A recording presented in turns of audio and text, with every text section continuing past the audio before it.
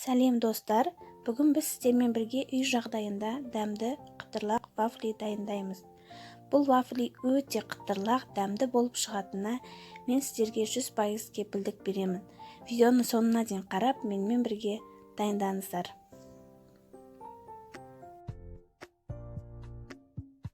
Ең алдымен бізге қажетті ол 5 жұмыртқа, 1 кесе ұн, жарты кесе қант және де 1 стақан сұйық май қажет.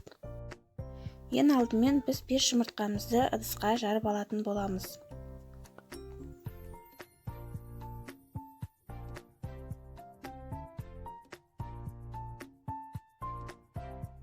Одан соң жарты кесе қантымызды алып, жұмыртқаға салып, миксермен жақсылап тұрып араластырамыз.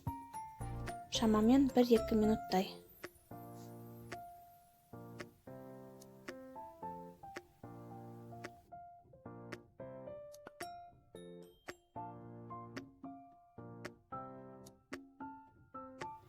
Біз араластырып болғаннан кейін 1 стақан сұйық майды қосып, тағы да 1 минуттай жақсылап араластырамыз.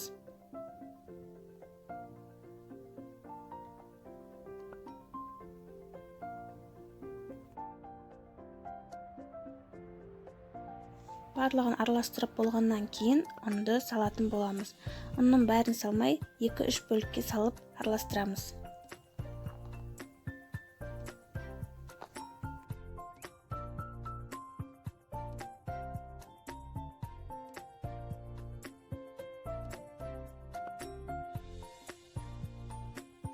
Мінекей бізде осындай қою емес, сұйық емес бір қалыпты теста шығады. Енді осы тестаны алып, табада пісіретін боламыз.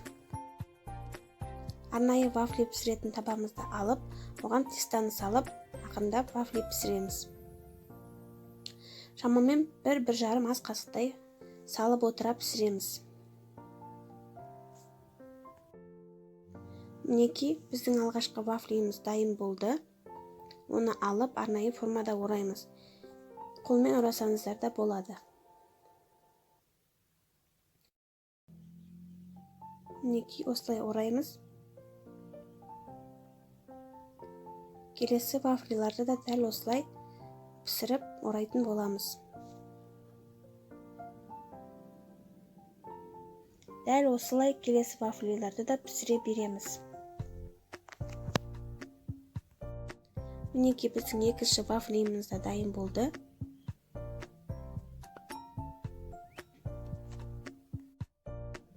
Барлығын дәл видеодағыдай етіп пісіреміз.